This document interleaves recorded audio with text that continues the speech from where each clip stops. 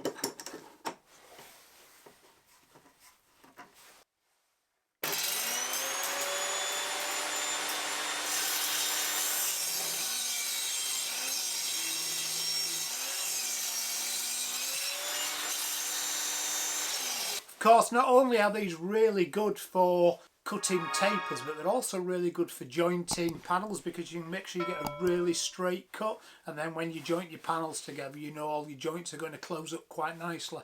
Quick Christmas tip, and I'll see you again tomorrow with another tip. Bye. But just remember that jigs are not just for Christmas, they're for use all year round. Get off!